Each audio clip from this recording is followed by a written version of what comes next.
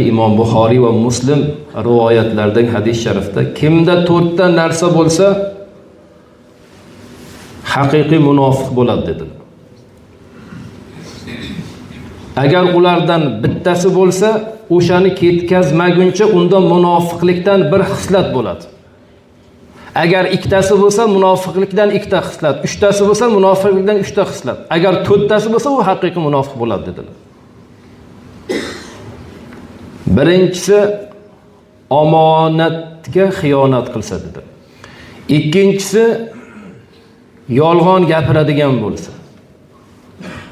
Munofiqlar ikkinchi belgisi. Uchinchi belgisi va'da beradi, so'z beradi, lekin va'dasini ustidan chiqmaydi. Ahd beradi, ahdining ustidan chiqmaydi.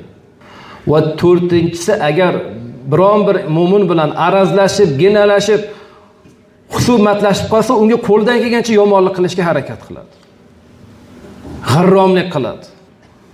Mana munofiqlik 4 ta belgisi. Mana shu kimda jamlansa, u haqiqiy munofiq bo'ladi. Agar bundan bittasi bo'lsa, bitta xislati, ikkita bo'lsa, ikkita, uchta bo'lsa, uchta, agar 4 ta bo'lsa munofiq bo'ladi dedi.